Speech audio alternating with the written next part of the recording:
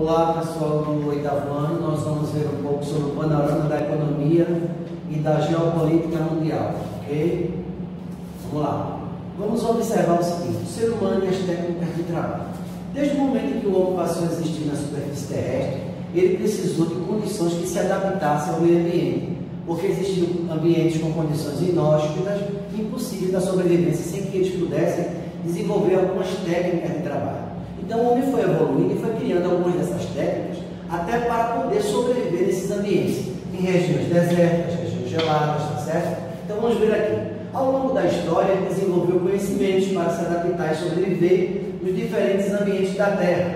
Essas técnicas que eles descobriram possibilitaram que eles extraíssem o quê? Recursos da natureza. Esses recursos são necessários para que eles pudessem sobreviver. E temos aqui, ó, que tudo isso só foi possível por conta do trabalho. Nós temos aqui um exemplo: a produção de alimento só foi possível porque ele descobriu algumas técnicas que possibilitou ele produzir alimentos. Então nós temos aqui vestimentos, construções, habitações, tudo isso foi fruto de técnicas que ele descobriu ao longo do tempo de sua existência, tá certo? Vamos lá. Aí temos aqui também o trabalho. Ele é de fundamental importância para que o ser humano possa sobreviver no ambiente. É através do trabalho que ele se relaciona com a natureza.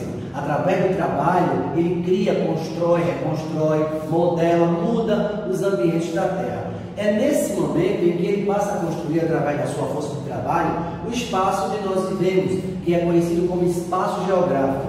O que é o espaço geográfico? É o espaço que transformou a natureza no espaço de vivência do homem, ou seja, o homem, através do seu trabalho, ele modifica a natureza, construindo o seu próprio espaço. É resultado da transformação dos elementos naturais em elementos culturais ou humanizados. Por exemplo, quando ele criou técnicas para sobreviver em regiões extremamente frias, ele começou a construir habitações que estivessem adaptadas ao rigor do clima.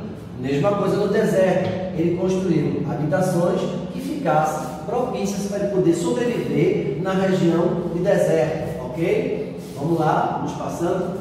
E para que ele fez isso, pessoal? Para atender os seus interesses e as suas necessidades. Ele tem interesse de habitação, ele tem interesse de alimentação, ele tem interesse de proteção, o homem tem interesse de vários aspectos, ok? Vamos ver aqui. Outra coisa muito importante para que o homem pudesse evoluir, né, e ajudá-lo a sobreviver nesse espaço, foi a descoberta do fogo. Isso se deu há cerca de 400 mil anos, né? O ser humano desenvolveu essa técnica. E como foi isso? Ele pegou duas rochas, friccionando elas, e com as faíscas ele criou o fogo. Vamos ver aqui, ó. A técnica considerada consistia em friccionar duas rochas, uma nas outras, né, rochas duras, como sílex ou dois gravetos. Dessa forma eram geradas faíscas necessárias para a produção do fogo, né? E o que essa descoberta facilitou a vida do ser humano dentro do planeta? A ocupação de novos espaços, em especial aqueles em áreas de clima frio, onde eles podiam se aquecer, né? Revolucionou a caça, porque ele podia também cozer o animal que era caçado, né? Revolucionou o preparo de alimentos, que passaram a ser cozinhados também. Promoveu o desenvolvimento das cerâmicas, obtidas com argila cozida, né? E a obtenção de quê? Obtida com fragmentos de rochas que foram cozidas, ok? Vamos lá. Essas técnicas não ficaram simplesmente na descoberta do fogo. Essas técnicas foram passando por aprimoramento. E o que foi aprimoramento dessas técnicas, né? Com o trabalho, o homem começou a desenvolver técnicas mais modernas, mais necessárias para a sua sobrevivência. Aí diz o texto: com o aprimoramento das técnicas de trabalho, as sociedades passaram a ocupar espaços maiores na superfície terrestre e desenvolver atividades com mais eficiência e rapidez. Esse fato possibilitou, por exemplo, que os grupos humanos se expandissem em áreas de lavouras, né, e delas adquirissem colheitas de melhor qualidade. E isso ampliou a transformação do espaço geográfico, ou seja, o homem começou a construir máquinas e equipamentos que, através das quais ele pôde preparar, cultivar o solo, criar com mais facilidade. E daí o espaço de criação e de produção foi ampliando dentro do espaço geográfico. E eu coloquei aqui uma observação para vocês entenderem o seguinte: mesmo com o elevado nível tecnológico atual da sociedade, né, que é empregado Existem espaços também que existem técnicas rudimentares atrasadas para fazer atividades do nosso cotidiano, como coletar, caçar na natureza, alimentos, né? E fabricar objetos do nosso dia a dia. E eles não usam implementos tecnológicos, mesmo na era da tecnologia, certo? Mas foi de fundamental importância esse aprimoramento tecnológico e a criação de novos objetos de máquina mais moderna, para que ele pudesse trabalhar, transformando mais ainda o espaço geográfico, produzindo mais, criando com melhor qualidade e ocupando mais espaços que antes não poderiam ser ocupados. Ok? Aqui você tem a evolução desse processo. As técnicas rudimentares do agricultor da terra do século XV, ele já evolui um pouquinho na produção açucareira do século XVI. No século XX, nós já vemos as invenções das máquinas, como os tratores, aradeiras, colheitadeiras, que você pode perceber uma área bem maior, bem mais extensa de produção. Além de que, a transformação do espaço geográfico, a derrubada da mata, para dar lugar a uma área de plantação. E no século XXI, a evolução total, máquinas de última geração, como colheitadeira de última geração, o uso do drone para filmar o terreno, possibilitando ver as áreas que precisam melhorar o aprimoramento dessas técnicas. Então veja que houve uma grande evolução do século XV até o século XXI nas técnicas utilizadas pelo homem para a produção de alimentos, ok?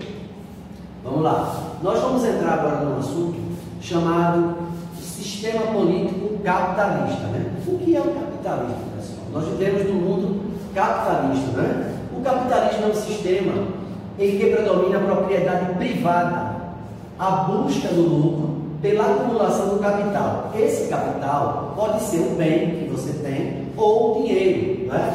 Isso aqui resulta em lucro. Todo país adota o sistema econômico, certo? E esse sistema econômico organiza as relações sociais dele, o modo de produção, de suas atividades econômicas e, em especial, a distribuição das riquezas geradas por essas atividades. Atualmente, no mundo, a maior parte dos países está sob o regime capitalista, tá certo? Agora, nem sempre foi assim.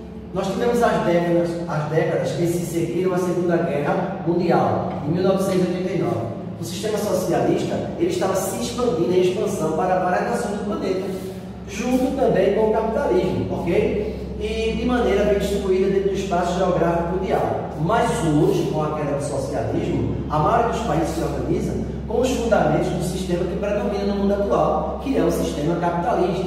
Como eu disse antes, é um sistema que visa lucro, certo? A propriedade privada dos bens que são os meios de produção e o capital. Okay? Vamos ver as características do capitalismo, né? Nós temos aqui uma economia, a sociedade e a desigualdade e o consumo dentro dessas características. A economia do capitalismo é uma economia de mercado, ou seja, ela busca diretamente o lucro. Essa economia ela é movida pela competitividade das empresas. No caso, vamos ver, nós temos aqui TIM, Oi e Vivo, são empresas que competem. Então, aquela que oferecer produtos de mais qualidade, melhores serviços, ela ganha, não é? E ela passa a vender mais e a lucrar mais, certo? Estamos aqui. Então, veja, que busca a obtenção de lucro por meio da venda de seus produtos e serviços, né? Essa sociedade também é dividida em classes sociais. De um lado estão os proprietários dos meios de produção, né? Que se apropriam da riqueza gerada por esses meios, e do outro os trabalhadores que vendem a sua força de trabalho em troca de receber um salário por isso, ok? E temos também desigualdades sociais muito acentuadas. Nós vivemos com uma grande diferença entre poucos ricos, ou seja, a minoria da população é quem detém a economia do país, né? E a maior parte das pessoas são pobres, assalariadas. Então essas diferenças, ela tende a se ampliar à medida em que os proprietários se apropriam dos lucros obtidos com os meios da produção. Então quem lucra sempre são os grandes empresários, que são os donos da produção. E quem sempre fica a perder são a classe menos favorecida, que são aqueles que vivem com o salário mínimo. Então, esse capitalismo ele também estimula as pessoas ao consumo. Muitas vezes você vê aí na propaganda televisiva, não é? Um ator famoso junto do lado de um produto, por exemplo, de um carro, um Brad Pitt, uma Michelle Pfeiffer, ou um popstar desse aí que chama a sua atenção. Ele faz com que você pense que aquele veículo, que aquela peça de roupa, que aquele calçado é o melhor para você usar, porque ele ali está associando a figura daquele objeto ao seu popstar, ao seu ídolo. Isso se chama estereótipos. Você nem pensa se você precisa daquilo ou não, mas o estímulo ao consumo pela propaganda lhe faz comprar. Muitas vezes você não procura nem saber a origem desse produto, que matéria-prima foi utilizada, qual o tamanho do saqueamento da natureza para a produção desse produto. Então o capitalismo, ele incentiva demais ao consumo, porque você consumindo mais, ele vendendo mais, o lucro será bem maior, tá certo? Então o aumento das vendas e dos lucros depende do lançamento de produtos novos, cada vez mais avançados e sofisticados tecnologicamente, além de grandes investimentos em propaganda para induzir ao consumo, ou seja, você tem propagandas que chamam a sua atenção. Então, quanto mais eu vender meu produto, eu vou lucrar. E existe uma coisa aí nesse fator. Veja que a tecnologia é de fundamental importância para a produção de equipamentos mais modernos, sofisticados, que atendam, né, às necessidades dos cidadãos, das pessoas ou da sociedade. Por isso que ele diz que se empregue em novos produtos mais avançados e sofisticados tecnologicamente, ou seja, tecnologia de ponta, celulares de última geração, né, computadores de última geração, equipamentos de som, de TV de última geração, veículos de última geração. Então tudo passa pela tecnologia, ok? Vamos lá. Esse capitalismo, que tem as suas características, ele tem as suas fases. Então vamos lá. Considerando o seu processo de desenvolvimento, classifica-se o capitalismo em 3 fases: capitalismo comercial, capitalismo industrial e capitalismo financeiro. No capitalismo comercial, nós temos uma fase marcada pela expansão marítima, com as grandes navegações, né? Eu digo que foi aí que começou o capitalismo, porque começou com o mercantilismo, a troca de mercadorias, já se visava o lucro, né? Então veja, com as grandes navegações que foram iniciadas no século XV, lá atrás, bem remoto, em que os europeus tomaram contato com os novos territórios que logo se tornaram colônias fornecedoras de matérias-primas e metais preciosos para as metrópoles, como é o caso do Brasil. Quando os portugueses chegaram aqui, a primeira coisa que eles fizeram foi o quê?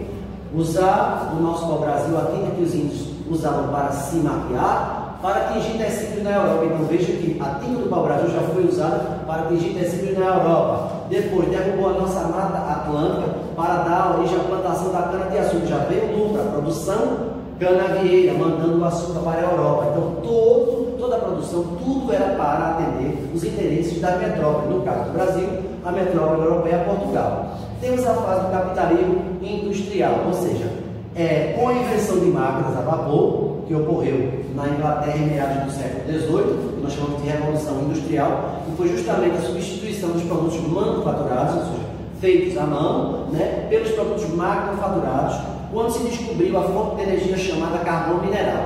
E através deste vapor, dessa fonte de energia, as máquinas puderam ser movimentadas. As primeiras indústrias que passaram a utilizar essa fonte de energia foram as indústrias têxteis, ou seja, as indústrias de fabricação de tecido. Isso ocorreu na Inglaterra, né, em meados do século XVIII. Né? Vamos ver aqui. Então, o que eles fizeram? Essas indústrias que passaram a produzir em larga escala, empregando mão de obra assalariada, organizando-se de acordo com a divisão de tarefas especializadas. Os operários que trabalhavam nas fábricas, eles consumiam cada vez mais as matérias-primas, né, no mercado consumidor em expansão, ou seja, a indústria passou a se expandir, porque as máquinas produziram mais, ou seja, aumentando a produção, aumentou o consumo.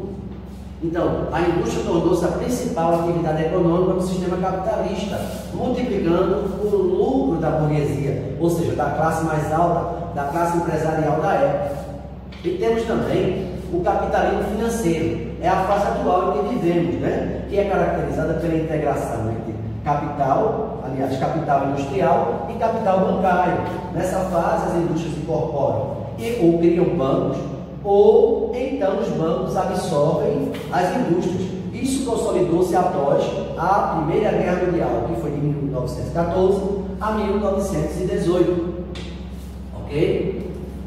Bem, nós temos aqui um sistema oposto ao sistema capitalista, enquanto o capitalismo visa lucro, né? Através dos bens, que pode ser dinheiro ou algum produto, algum objeto, né? O sistema socialista tem outra visão. Ele diz o seguinte: ele é um sistema econômico e político baseado na igualdade. Ele acha que todos têm os mesmos direitos. Por isso propõe a distribuição igualitária da renda, certo? A extinção da propriedade privada e a solicitação dos meios de produção. A economia é codificada, ou seja, o Estado é quem comanda a economia e define os modelos que essa economia deve seguir, certo? Como também a tomada do poder do proletariado, ou seja, não são mais os grandes empresários que detêm o poder das empresas, e sim o Estado. Eles pegam os bens que pertencem ao povo, mas esses bens são controlados pelo governo. Qual é o objetivo do socialismo?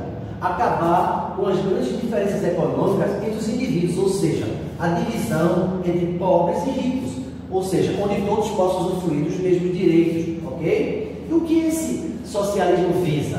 Uma sociedade sem classes, ou seja, sem classes sociais, onde os bens, as propriedades passam a ser de todos, ok? Veja que a visão é bem oposta à visão do capitalismo. E as características do socialismo são as seguintes: a economia planificada. A economia planificada é aquela que o governo ou o Estado controla e define, né, os rumos que essa economia deve tomar. Então vamos ver aqui. É a economia controlada pelo Estado, que é encarregado de definir o que será produzido, onde e a que preço. Tudo é definido pelo Estado, ou seja, pelo governo. O Estado também define o valor dos salários pagos aos trabalhadores, ok? Vamos lá. A sociedade também, no socialismo, ela não tem divisão de classes sociais. Então, como os meios de produção ficam sob o controle do Estado, a única classe social que deve existir é a dos trabalhadores. Na prática, porém, o socialismo soviético caracterizou-se pela existência de uma elite formada pelos altos funcionários do governo. O que quer dizer isso? Eles pregam uma sociedade sem classes. Mas quando você vai observar a elite que existe dentro do funcionalismo público soviético, você vê que tem funcionários de alto escalão que têm um rendimento maior do que aqueles que trabalham em função menos elevadas. Isso não mostra bem que essa sociedade sem classes funcionou, não é verdade? A desigualdade social menos acentuada, ou seja, eles querem mais igualdade entre as pessoas, que não funciona porque nós temos aqui funcionários de alto escalão, em contrapartida funcionários que ganham bem menos do que eles. Aí diz o seguinte: como todos os trabalhadores ganham salários equivalentes, em geral, a população possui um padrão de vida muito semelhante. Na prática, a elite política obteve privilégios, olha aí, não há essa divisão de classe tão realizada como é proposta, né? E vantagens que não estavam ao alcance da população em geral, ou seja, de toda forma, uns tinham mais e outros tinham menos, mesmo um sistema que prega a igualdade entre as classes sociais. E aqui nós vemos uma coisa que bem se diferencia do capitalismo, que é menor estímulo ao consumo. Enquanto o capitalismo visa você consumir, para que ele possa vender seu produto e obter o lucro, já no socialismo não. Então, como a produção não é orientada para a obtenção do lucro, não há um estímulo ao consumo. A população consome aquilo que é necessário, né? Diferente do capitalismo.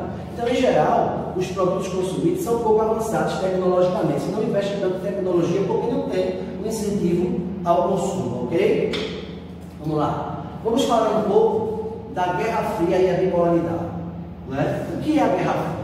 A Guerra Fria foi uma disputa não declarada, foi uma disputa não bélica, não militar. Foi mais uma disputa de interesses pelo poder que alguns países queriam exercer no mundo. Nessa imagem aqui a gente tem os Estados Unidos, com o tio Sam, que era o açougueiro que alimentou militares na guerra, e o urso, que representava a União das Repúblicas Soviéticas Socialistas.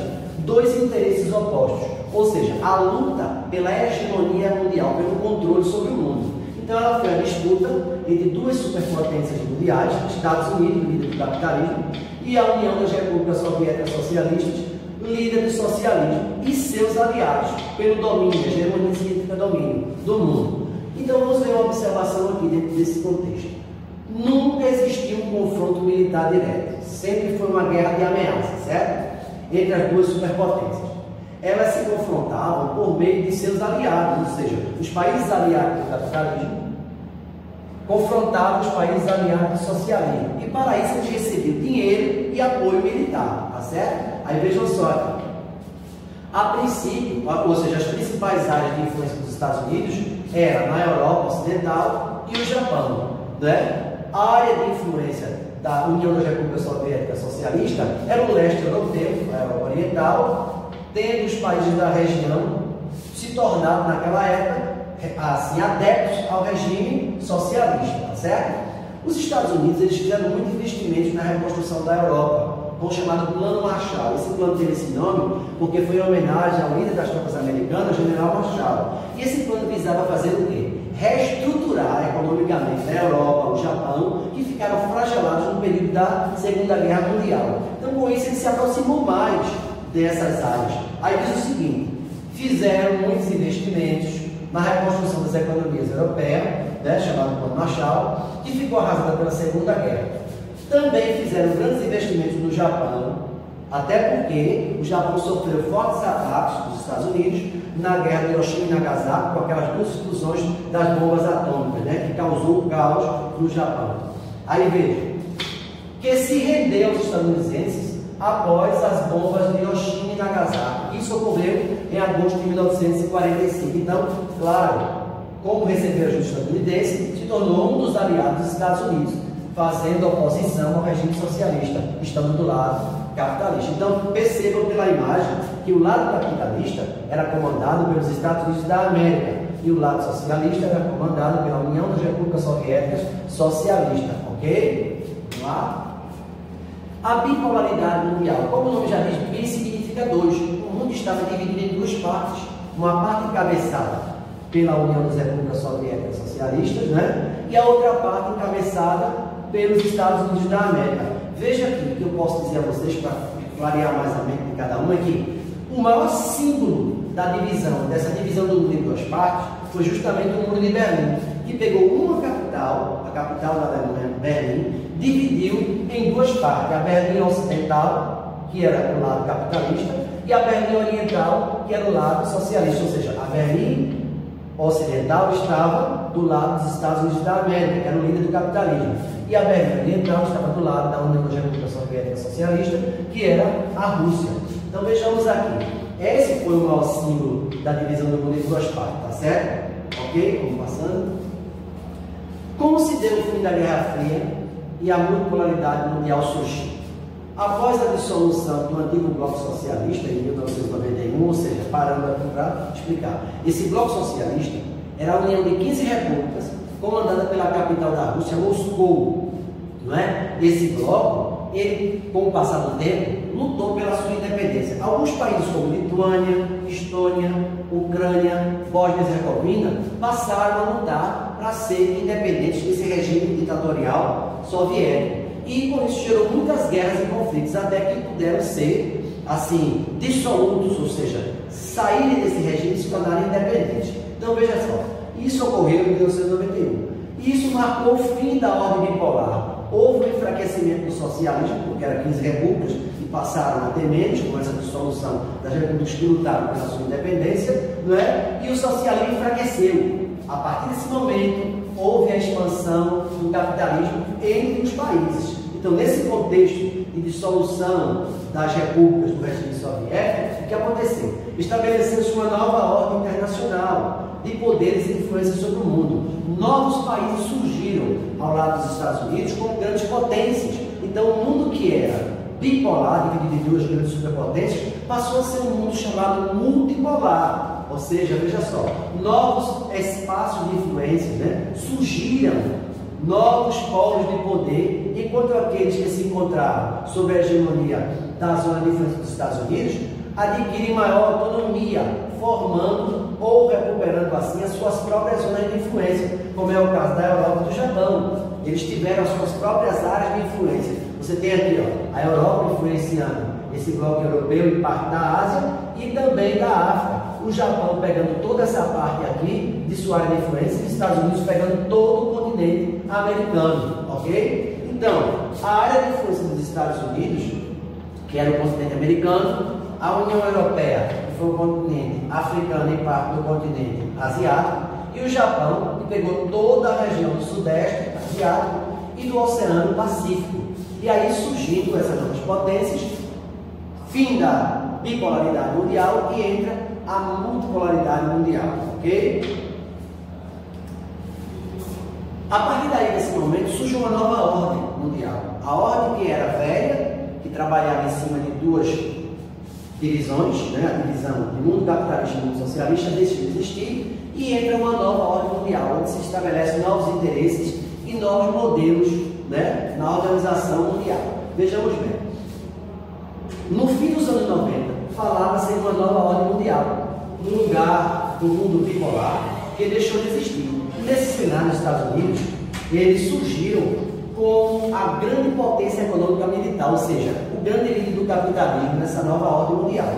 Outros países conservaram também a sua importância mundial, a Alemanha e o Japão, mas sem possibilidade de se opor ou mesmo exercer um grau de influência similar aos Estados Unidos em âmbito mundial e nas decisões de organizações internacionais, ou seja, isso nós chamamos de unimultipolaridade, ou seja, nenhum país, mesmo tendo a sua autonomia, ousa a bater de frente com os interesses estadunidenses, que é o único líder mundial da atualidade do capitalismo. Então, nós temos uma nova ordem mundial com o mundo multipolar, mas ainda podemos dar outra classificação ao mundo como unimultipolar, ou seja, de única e multipolar de vários polos. Os Estados Unidos são os comandantes de vários polos de poder do mundo. Ninguém pode se contrapor ao seu modelo de, vamos dizer assim, de organização. E eu fiz essa observação para que a gente fechasse bem organizado. Então, por conta disso, houve uma difusão do modo de vida estadunidense, sobretudo pelo cinema, que influenciou os padrões de condutas mundiais. Hoje, os Estados Unidos conseguiu trazer a sua cultura, seu futuro para diversas partes do mundo. Por exemplo, na alimentação, o hambúrguer. O hambúrguer foi um alimento fabricado nos Estados Unidos e se tornou-se mundialmente conhecido. Veja, apenas um alimento americano conseguiu atingir as várias partes do planeta. A Coca-Cola Company também. Então são empresas transnacionais que são filiais de grandes empresas estrangeiras que saíram e se espalharam pelo mundo levando a cultura estadunidense. O jeans, que foi o quê? Um vendedor de lona que fabricava todos, certo? Passou na frente de uma empresa, os operários viram aquela lona e chamaram Robert Levi Strauss, que era um americano que fabricava todos com aquela lona, e disse: você não pode fazer um fardamento para a gente, trabalhar mais justo, para aguentar o trampo da rigor dessa empresa não, desse material, e ele fez o jeans, que foi o uniforme do século XX. Hoje nós temos a expansão do jeans por todo o mundo, e isso levando a cultura americana para várias partes do planeta. O jeans hoje é não só uniforme, como sapatos, chapéus, cintos, saias, e você pode usá-lo para todos os ambientes, para todos os lugares, com comodidade e praticidade. E isso mostra que a influência internacional dos Estados Unidos se espalhou com o quê? Com a expansão do capitalismo, né, e do seu poderio sobre o modelo da nova ordem mundial do planeta. Ok? Vamos lá? Então, nós vamos encerrar nossa aula de hoje. Eu espero que vocês tenham compreendido bastante o assunto. Um cheiro no coração. Fiquem em casa e se cuidem, tá certo?